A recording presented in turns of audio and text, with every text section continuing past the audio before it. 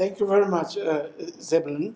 Um, I, I, uh, I would like to reflect this morning on some of the ways in which uh, certain traditions of African and diasporic thought have confronted the idea of race and the fact of racism, while at the same time imagining the possibilities of transcending them, both in theory and in practice.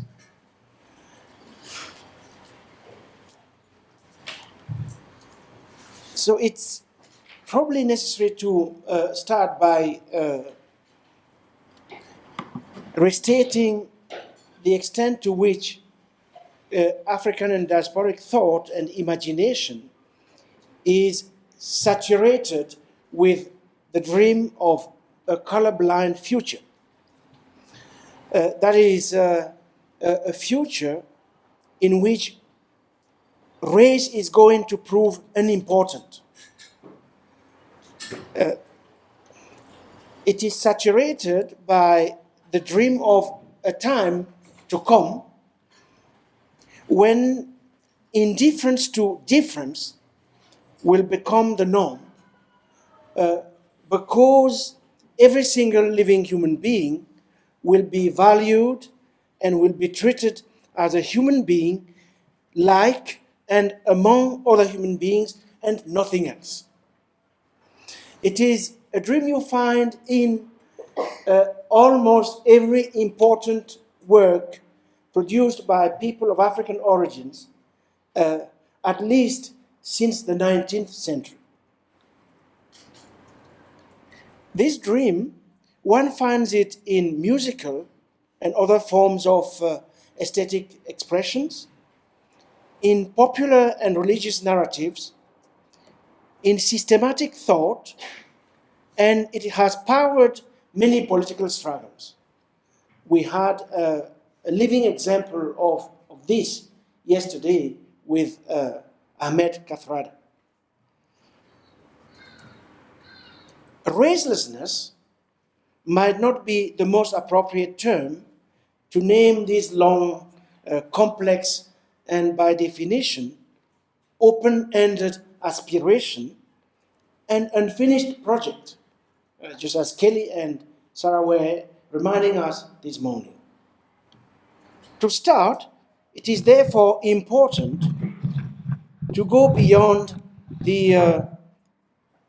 to recognize the inadequacy of the term, and at the same time to go beyond that inadequacy and rather try to capture what at its core it tries to convey. The term tries to make sense of two processes foundational of what we have come to name the modern era, an era which corresponds, among many other defining features, to the advent of capitalism. What are these two historical processes? The first are those historical processes by which the personhood of certain categories of living human beings has been wiped out, and these human beings have been manufactured as objects, things, or commodities. I refer here, of course, to what we all know, transatlantic slave trade, and its various consequences, colonial imperialism, apartheid, and other similar forms. These living human beings have been placed in a border zone between the human and the thing or the object, between what Sarah Nuttall would call the surface and the underneath, something W.E.B. Du Bois captured under the term double consciousness, and Fanon in terms of the face under conditions of blackness being nothing but a surface that is devoid of interiority, but which Fanon understands as an evisceration of the body. So you see that motif in almost every single cultural, philosophical, or artistic expression coming from people of African origins worldwide. So second are the terms and conditions under which such humans have lived, contested, even embraced, in short, experienced their assigned objecthood or thinghood. Now, two things are common to these two historical processes, the one by which people's personhood is wiped out and they are manufactured as things or commodities, and they are placed in this border zone between thinghood and humanhood. And the second one, the way in which they experience this assignation or even embrace it. So two things are common to these two processes. First, for them to be operational, for them to work at all, requires the constitution of something we should call an image ontology. Now you'll ask me, what is an image ontology? By image ontology, I mean a scopic regime, a regime of visuality, which privileges not the face we are confronting. The face in, somebody mentioned Levinas during the introductions, the face in Levinas' sense means the responsibility I have vis-a-vis whoever is in front of me, prior to my knowing who he or she is at all. That I'm responsible the moment I confront your face. I see your what we call in French, your visage. So, by image ontology, I mean then a regime of visuality which privileges not the face, meaning my responsibility vis-a-vis you, but the surface. So the conflict between the face, in the Levinasian sense, and the surface. It privileges the surface because in racist formations,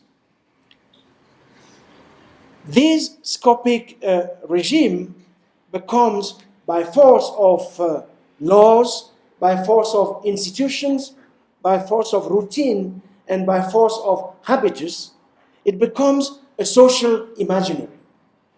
It becomes an affective infrastructure which profoundly shapes ways of being, ways of seeing, insofar as ways of seeing are at the same time ways of relating to others, ways of treating others. So that's the first definition of image ontology, the constitution of a structure of relations in which what I see is not the face, but what I see is the surface. By image ontology, I also mean a template or a map or even an affect that says that race can be read off the surface of some body. That says that the black skin is the intrinsic property of the thing. What is a thing? The thing is black. What is black? Black is a thing. That secularity, that perverse secularity, and its constitution as a social imaginary has allowed the two historical processes I've alluded to operate at all. So the idea that blackness and thinness are the same. That blackness is the trace par excellence of race, which means that, which supposes that race is transparent because we can see it on the body, we can see it at the surface of the body, and the surface bears the self-evident trace of what supposedly lies behind it, and what lies behind it is a thing. It's nothing but a thing. So that's what I mean by image ontology. But these two processes are also processes of becoming.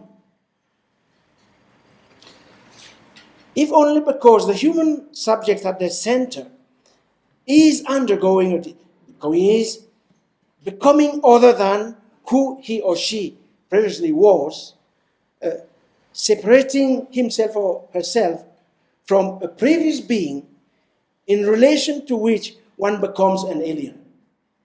And we saw it yesterday with Ahmed Kathrada when he was gesturing toward an understanding of non-racialism as that capacity to institute other types of human relations outside of networks of blood and kinship. So, undergoing a becoming, or becoming an alien to one's previous assignations, I think he gave us a glimpse yesterday of what it might be, and this is what the otherwise clumsy notion of racelessness is trying to capture. Now, in African and diasporic experience, the dream of a world free of the color line also entails the constitution of a utopian surplus. Freud has written extensively on dreams.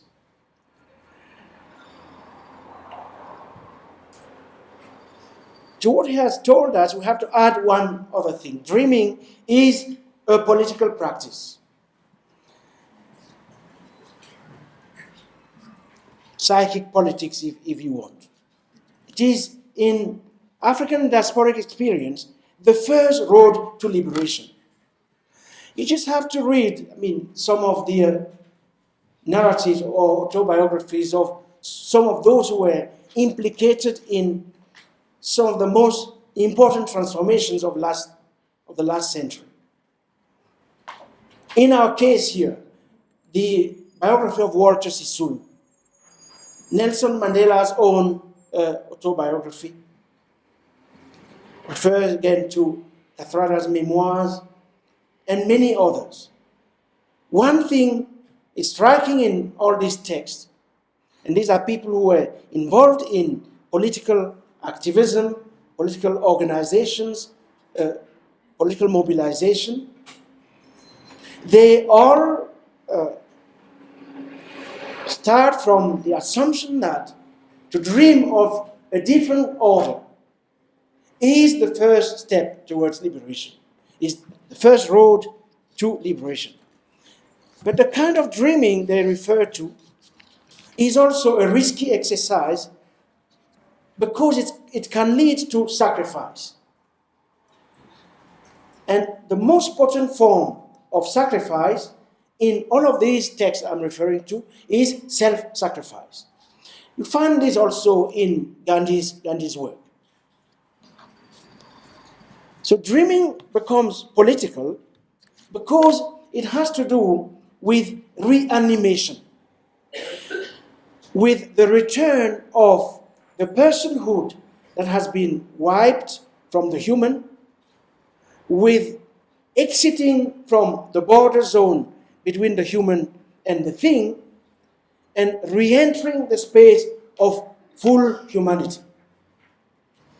It has to do with the liberation of inhibited or prohibited dynamics of creation previously imprisoned in laws, in norms, and in taboos.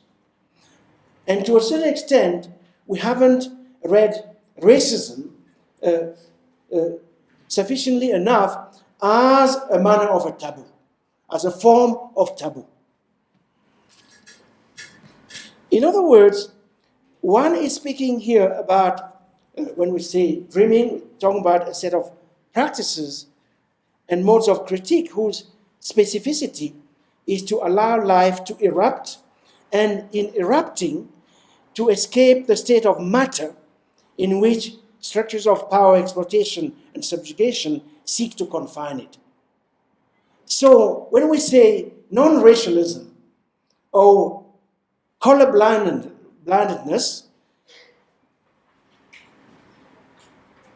or racelessness, in African diasporic experience, that is what we are trying to name.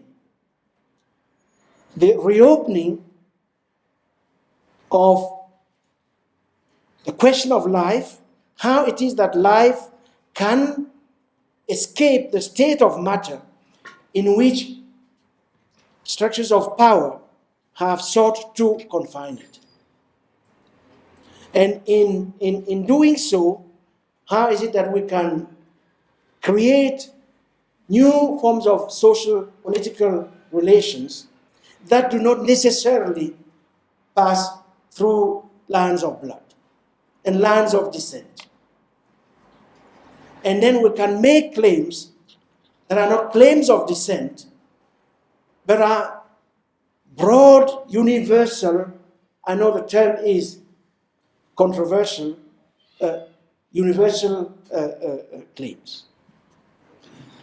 So, under the term non-racialism, what one is trying to capture is therefore the open-ended but relentless force of futurity, but the kind of future that constantly endows all identity, all location, and the kind of future in which life is understood as emergence.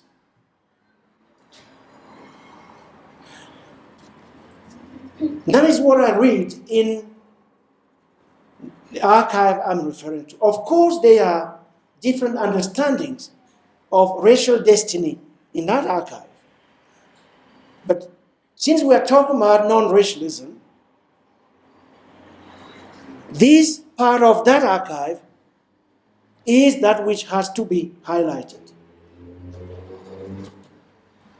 So that is the philosophical intention and the political project, the traces of which we can easily find in numerous and now familiar texts or in specific historical experiences, various abolitionist struggles, abolition of slavery, struggle for decolonization, abolition of apartheid, civil rights movement, Black Panthers movement, Black consciousness, and now, Angela is here, prison abolition. And it's absolutely interesting that we end up with this question of the prison.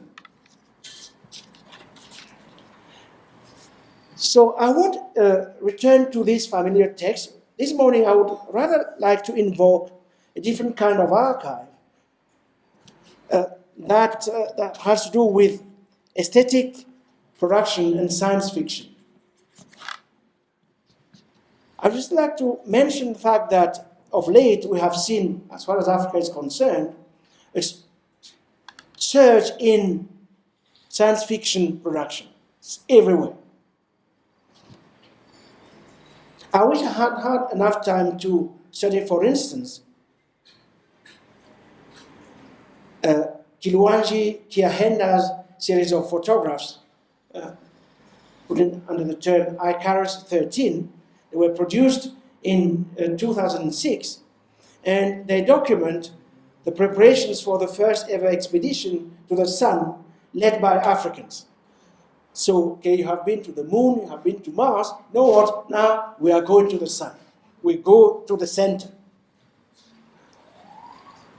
You can see some of those photographs just Google Icarus 13. Not now, but later. And some of you might be familiar with Wanuri Kahiu's film. It's called Pumzi, not Pumzile, it's in South Africa, but Pumzi. It is set on a post-apocalyptic Earth. And it is the story of a scientist who is trying to regenerate biological life after the apocalypse has happened. But in this talk, one of my main interlocutors this morning will be an author you might not have heard about. His name is Koduo Eshun. E-S-H-U-N. Koduo.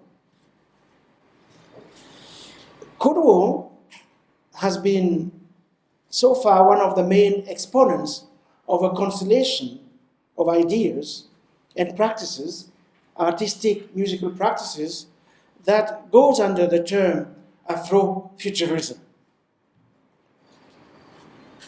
A constellation which, as far as I can see, combines mythology and technology in order to rethink what I have just termed the undergoing a becoming. How is it that we escape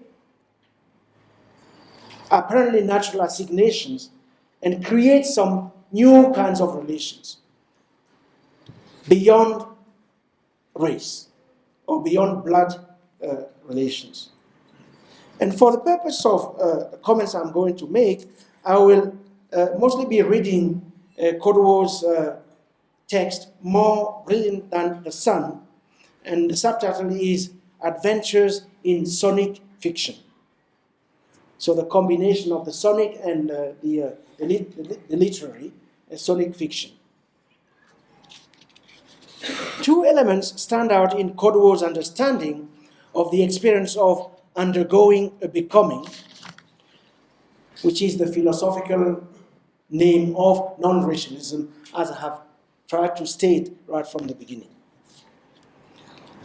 So first, Koduo has not only been a patient reader of Deleuze's Mille Plateaux, a patient reader of Donna Haraway, a patient reader of most of the works, canonical works in black thought, black political history. But he has also been a reader of somebody called Nick Land, a British philosopher, the author of a book called Fanged Noumena, a good reader of Marinetti, a good reader of the Futurists. Now, one thing we know about Nick Lang in particular is his contribution to a movement called accelerationism. Accelerationism.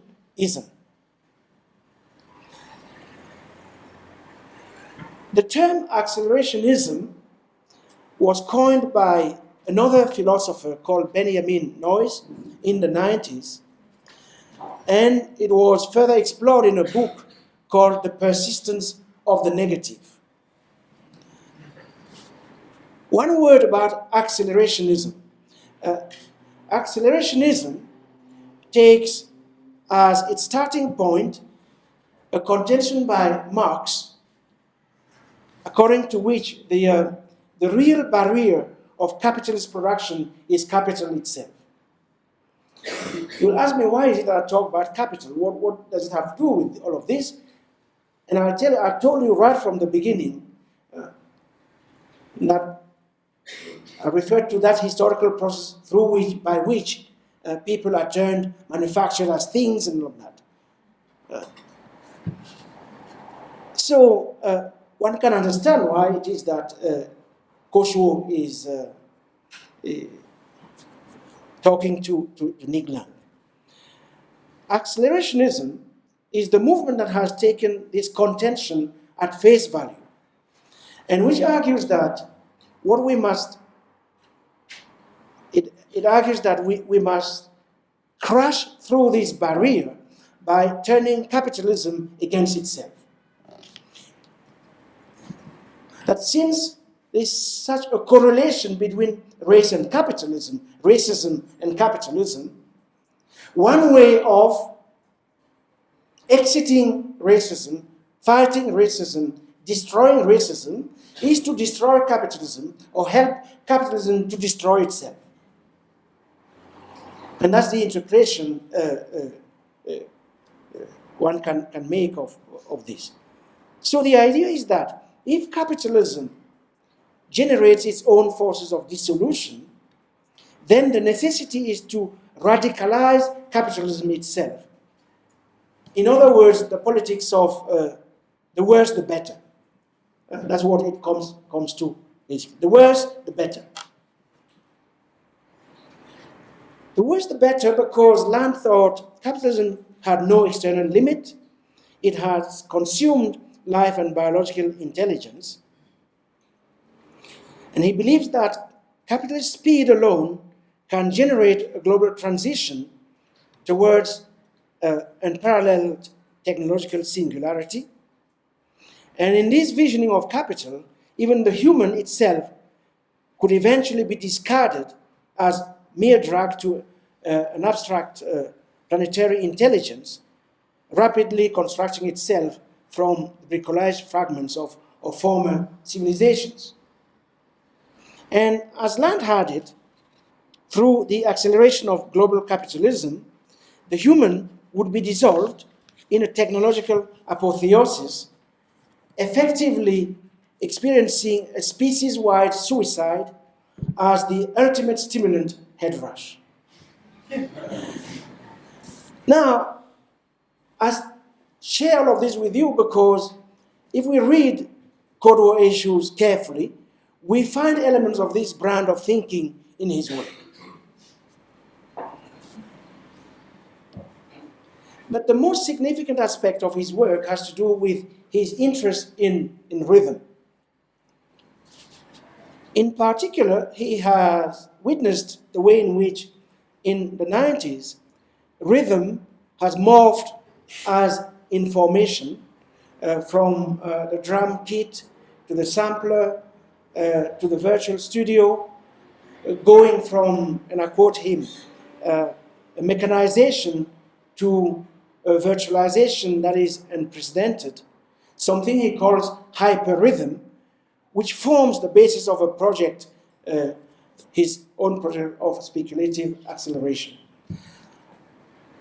He is clear about the fact that speculative acceleration is not the purview of academic theorists.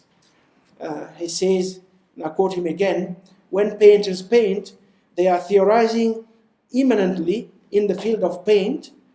Sonically, when you compose, you are theorizing tonally. That you can theorize tonally, you can theorize in a manner of painting. And from the perspective of speculative acceleration, one does not have to be historical. Sound does not need to be contextualized. What one is interested in are particular vectors, those that can generate particular forms, but forms understood as lines of force, lines that are geared towards the utopian and the alien, lines that are geared towards unknown lands. I would just like to keep this in mind. Gearing towards the utopian, the alien, and the unknown lands. So, Afrofuturism, from his point of view, is precisely one such form, one such vector of becoming. I will not go through further details. Let me just maybe add two things and then summarize, let's say, draw the implications of this kind of theory for the theme we have at hand.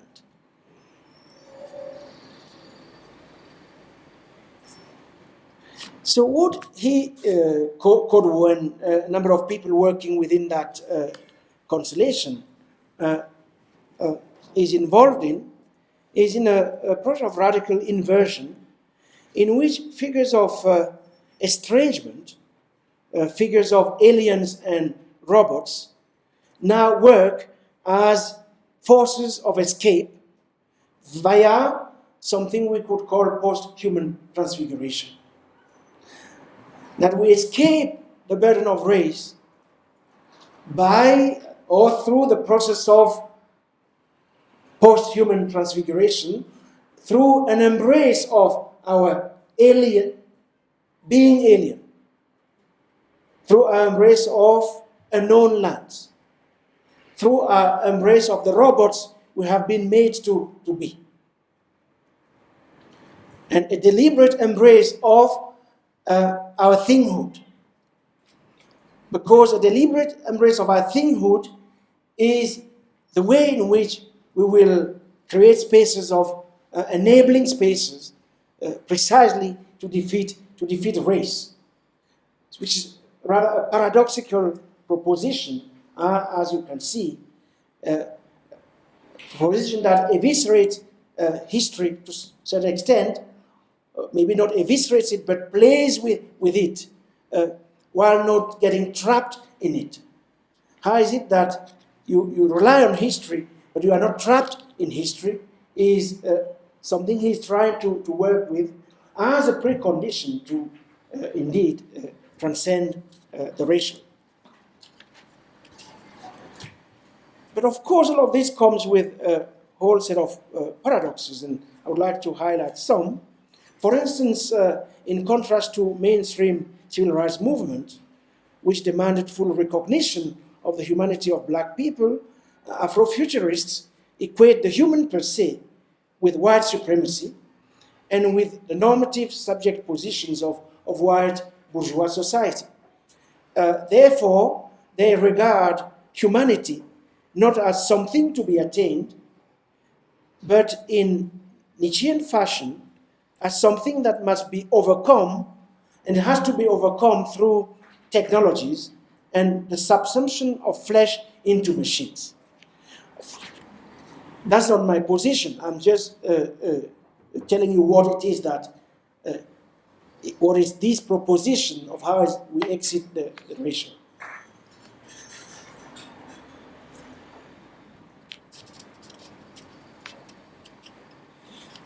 Kudwo therefore argues that music, for instance, Afrofuturist music, is a post-soul phenomenon that involves a web network of what he called computer rhythms. This music, he adds, alienates itself from the human because it arrives not from the past or the present, but from the future. So you can see a streak of anti-humanism in this proposition. So what we see at work here are a series of gestures. I would like to summarize them now. First is the exploration of the condition of being alien as a transformative potentiality through technology. And as we know, technology has a very ambiguous history, status in the history of black people. Technology has often been brought to bear on black bodies in singularly brutal and destructive ways. Those of you who know, especially the history of African Americans, have in mind the Tuskegee experiments, experiences of forced sterilization, Reinhard tasers and all that. So the extent to which we can invent, let's say, bring together mythology and technology together in the project of exiting the racial is it has to at least to be profoundly questioned. But this gesture implies a complex distinction between being alienated and being alien. And I would like us to think about it at some point. It also implies a full embrace of alienness as an enabling condition, if not a totally emancipatory gesture. Second is the delineation of a zone of convergence between black people and the non-human creatures of science fiction. The idea here being that people of African origins, especially in the Americas, should be considered to be, in a real sense, the descendants of alien abductees now inhabiting a sci-fi nightmare. That in fact, there's no distinction between science fiction and the actual real in which we live. That both have collapsed, and if both have collapsed, then we can no longer rely on concepts of the human that were premised on their very distinction. Third is the excavation and recuperation of the traces of a long tradition of anti-humanism in the Black Archive. And as I just said, the function of this recuperation is to destabilize the frame of the human. And fourth, what we have here is an entirely different chronology of modernity. The idea here being that the founding moment of modernity is slavery. Slavery is about becoming alien. It is about abduction and the becoming alien of the human who undergoes a singular mutation that affects not only blacks, but the planet itself. So that's one way of, let's say, one fragment of the archive that tells us something about how we could possibly bring down the social imaginary on which racism is predicated. And of course, there are all kinds of limits to this, and I would be interested during the discussion later on to see how we define those limits. Let me now move to a second archival fragment. And this one has to, let's say, includes, it has involved the reading of some of the works of James Baldwin, Claude McKay, Frantz Fanon, but it has also involved the taking into account of especially two performances, two videos by Grace Jones. The first one is called Corporate Cannibal, and the second one is called Slave to the Rhythm. I will keep coming back to this question of rhythm and music. To this, I could add from the African side the work of Amos Tutuola. The purpose here being, okay, first of all, what is an object? And how is it that one moves from thinghood to humanity? How is it that that process of returning to the human might occur? What is an object?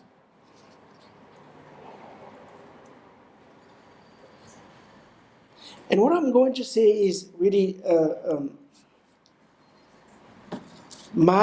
has to do with my reading of these different, bringing these texts together, and out of the various fragments, comments on the objects, draw some kind of generic logic.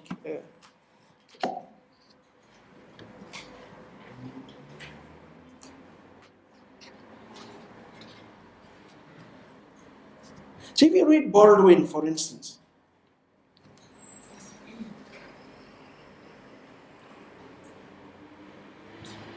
Baldwin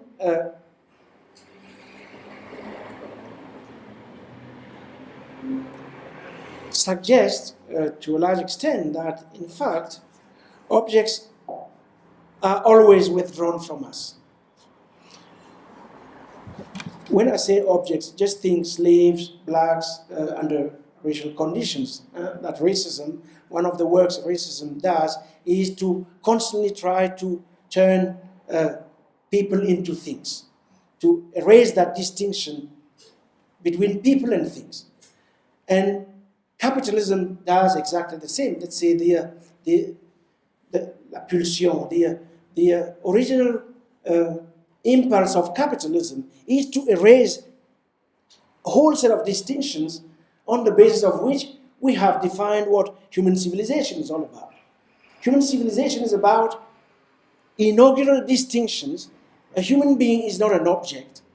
A set of original distinctions like that. The work of capitalism is constantly to try to erase, abolish those distinctions.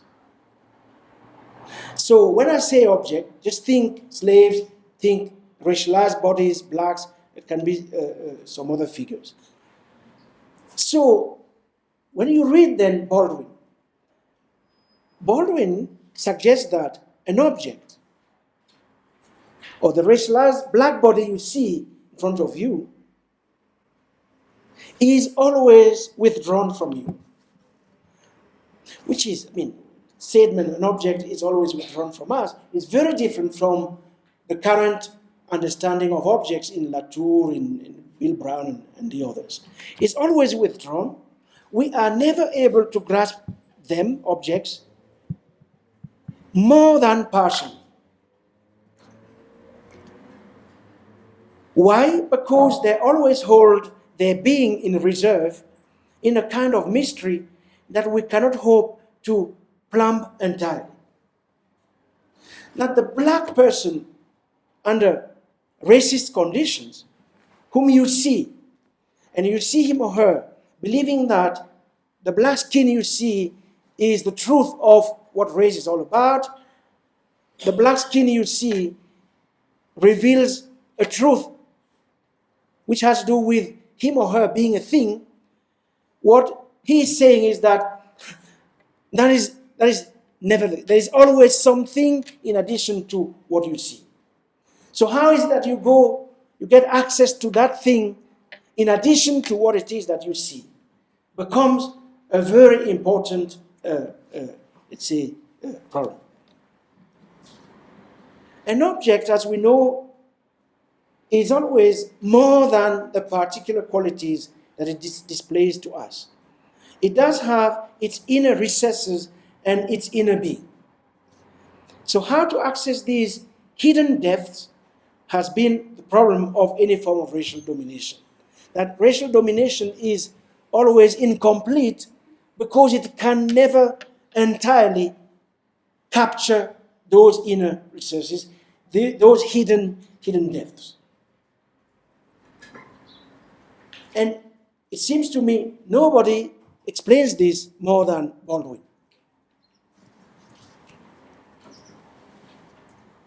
So there's always then a contradiction between surface existence at the surface, and a deeper level of existence. That racialized subjects are thrown in the midst of this contradiction, where they have to live two kinds of existences, one at the surface and one that is hidden. Or, in any case, one they try to keep out of the clutches of structures of domination, which creates all sorts of problems, of course, in terms of what we mean by identity.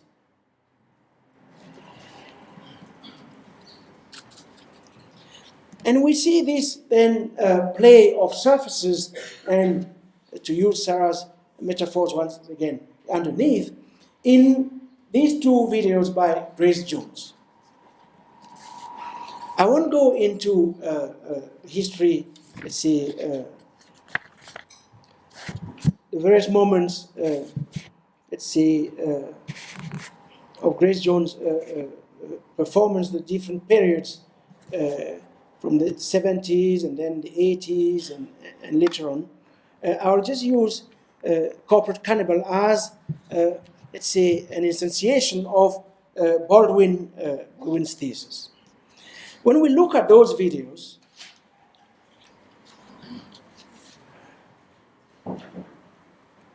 what is striking is the extent to which her figure undergoes a series of modulations and metamorphoses. At times it swells, then it contracts, it bends, it fractures, it twists, it warps, it contorts, it flows from one shape to another, meaning it is unstable, it is in flux, even if certain configurations tend to recur. The figure multiplies as if in a house of mirrors, into several imperfectly separated globes. So it twists out of shape again and again. At times it appears to have lost all identity, and then it's never the same from one moment to the next. And yet it continues to insistently confront us. A critique studying this performance says this: the figure retains a certain dense materiality. It is like an oil spill, at the same time thick and viscous. And its singularity is manifested precisely through its stickiness, through all its fluid transformations. And we see the same thing when we read Amos Tutuola, for instance. And some of you are here who have worked on Tutuola. I know Ainehi organized recently a whole symposium on Tutuola, who is coming back as a major figure in not only in sci-fi studies, but also in current discussions about things, objects, and so on. All of that in an age when, of course, we are confronted with the whole drama of climate change. So, what Baldwin suggests, I'm not saying that he affirms this, you can also find this in the work of Claude Mackay, is that a raceless future might be created, we might create it through metamorphosis and modulations. There's a possibility of creating it through metamorphosis and modulations. Metamorphosis because it is expansive, it is open-ended. Modulation because it is implosive. The combination of both. Metamorphosis implying, of course, the ability to move laterally across categories, as we see in the work of Tutuola, where people metamorphosize constantly from one thing to another and are never fixated in a stable position. Every position is always provisional. Provisionality is absolutely central, not only for survival, but also in order to accumulate the resources to go further. And yet, modulation, I'm playing here on what is the difference between modulation and metamorphosis. Modulation requires an underlying fixity, but in the form of a signal that is made to undergo a series of controlled, coded variations, if you want.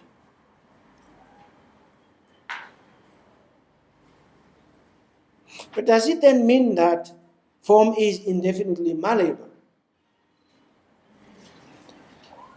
That's a question we might want to ask.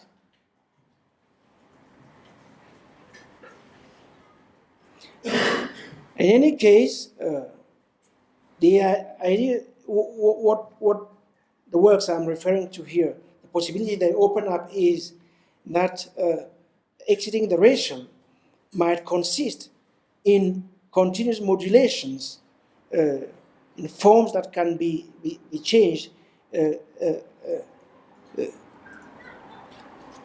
course, within a predetermined set of possibilities. Now, possibilities that include, of course, transgression. that a certain kind of politics might emerge out of that, a politics but also an aesthetic.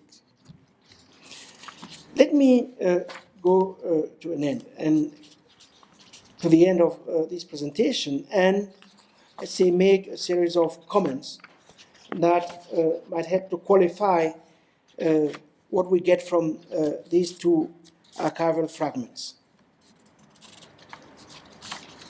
Oh, let me bring all of that to the now. And here I'll say two things. The first is that at the turn of this century, race has again re-entered the domain of biological truth. Race is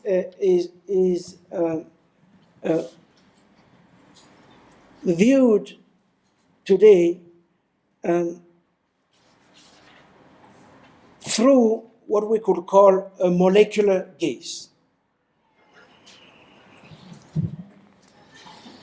which changes significantly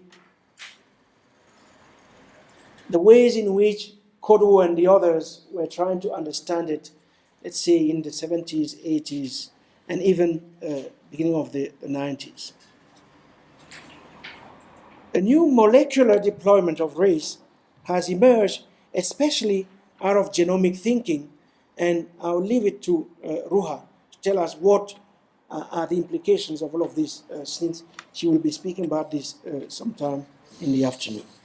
But that is one fundamental event of our time, the molecularization of race. In the 19th century, it had to do with the biologization of race. Throughout all of this, what I call the ontological image has been there, the presupposition that we can read race off the surface of the body, the epidermal reading of race. We now live in a condition, time when population differences are conceptualized at a molecular level, as well as in terms of course of geography, ancestry, and the likes. So renewed interest in terms of the identification of biological differences.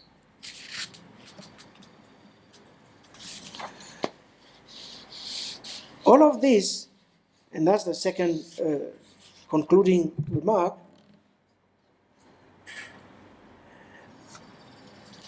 has had a number of consequences in terms of the framing of the human. What is the human? Is once again a question we are facing. Not only what is the human, but who is human?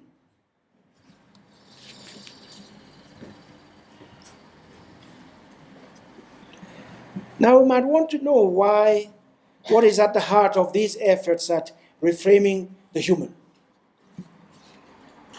and in what terms. It seems to me that at the heart of these efforts at reframing the human is the growing realization of our precariousness as a species in the face of ecological threats and the outright possibility of human extinction opened up by climate change. You understand, I'm trying to ask the question, what is race, what is racism in the age of the Anthropocene? The age of the Anthropocene meaning the age when we can no longer distinguish natural history and social history. The age when the human has become, as Dipesh Chakrabarty has argued, a geological force in and of itself. And in the human becoming a geological force in and of itself, the possibilities of human extinction have never been as great as today. Does race still mean anything in an age such as this. Or as Depeche is arguing, neither race nor capital mean much any longer, or they mean something, but they are not determinant. Species have become, according to him, let's say the point of condensation of what it might mean to save ourselves and the planet. So we see a whole set of efforts going on in terms of opening up the multiple affinities between humans and other creatures or species. They go hand in hand with the realization that the differences between the humans and the non-humans are not incommensurable.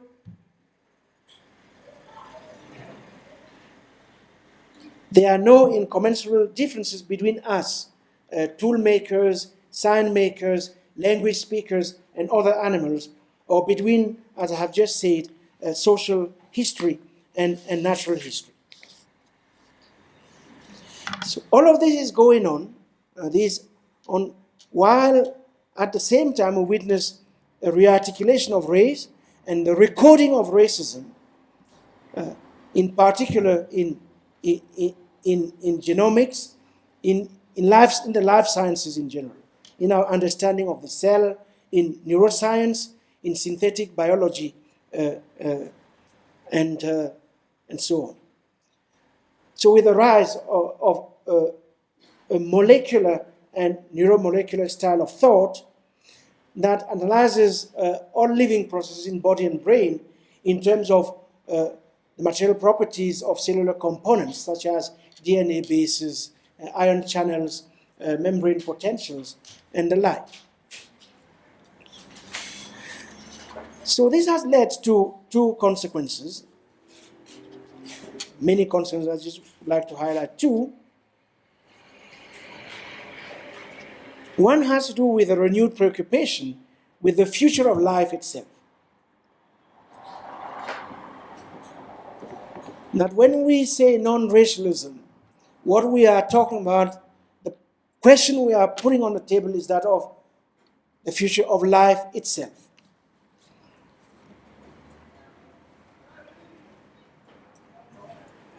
The second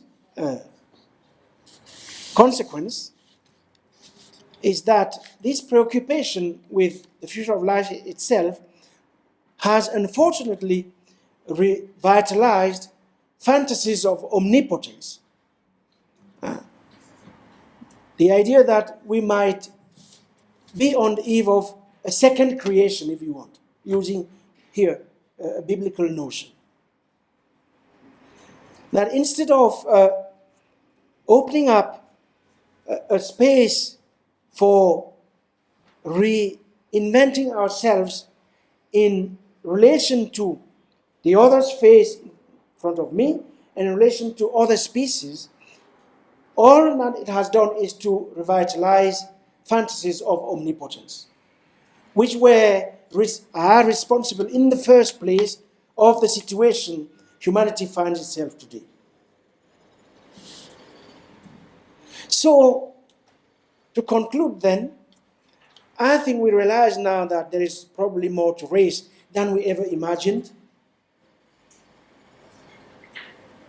And that struggles against racism have to start from that assumption. That there is always more to race than we imagine at any given point. That new configurations of racism are emerging worldwide. That race thinking increasingly entails profound questions about the nature of species in general. And that the terms under which the struggle for racial justice unfolds here and elsewhere in the world today has become ever more urgent, as Kelly was telling us this morning. And that racism is still acting as a constitutive supplement to nationalism, and that the task is how is it that we create a world beyond nationalism, that behind, as we see it, especially here in South Africa, that behind the veil of neutrality and impartiality, racial power still structurally depends on various legal regimes for its reproduction, and therefore the question is, how do we radically transform the law and democratize the law and bring down the price of access to the law? Zebulon was mentioning the massacre in Marikana, all of that.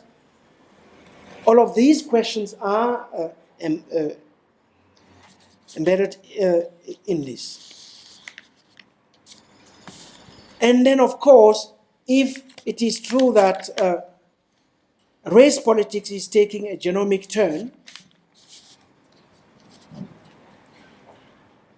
and that to a certain extent,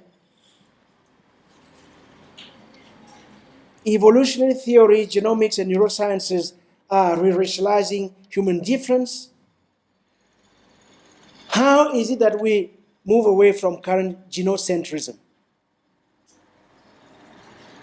and stop thinking as if genes acted independently and were not in constant interaction with each other and with the social and cultural environment in which they are embedded?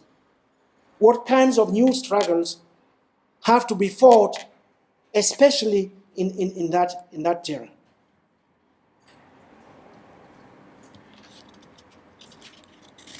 Then there are many other areas I could mention. I've spoken for too long. It just seems to me that in order to invigorate anti-racist thought and praxis and reanimate the project of non-racialism, we particularly need to explore that emerging nexus between biology, genes, technologies, and their articulations with new forms of human destitution. Let me then end now by reiterating what I started with, which has to do with the fact that to tease out alternative possibilities for thinking life and human futures in this age, we need to connect in entirely new ways the project of non-racialism to that of human mutuality. Why? Because in the last instance, non-racialism is truly about radical sharing and universal inclusion. It is about humankind ruling in common for a common which includes the non-humans, which is the proper name for democracy. And in this sense, non-racialism is the antithesis of the rule of the market. Because left to its own devices, market libertarianism, on which part of the new genomics flies, back off, it has led here and elsewhere in the world to the domination of politics by capital. And the domination of politics by capital has resulted in the waste of countless human lives and the production in every corner of the globe of vast stretches of dead water and dead land. So to reopen the future of our planet to all who inhabit it, and I'm using here the very terms of the Freedom Charter, except that instead of saying South Africa, I'm saying the planet, that the planet belongs to all who inhabit it. So to reopen that future to all who inhabit it, we will have to learn how to share it again amongst the humans, but also between the humans and the non-humans, which entails creating entirely new forms of kingship that bypass the claims of blood. Thank you very much.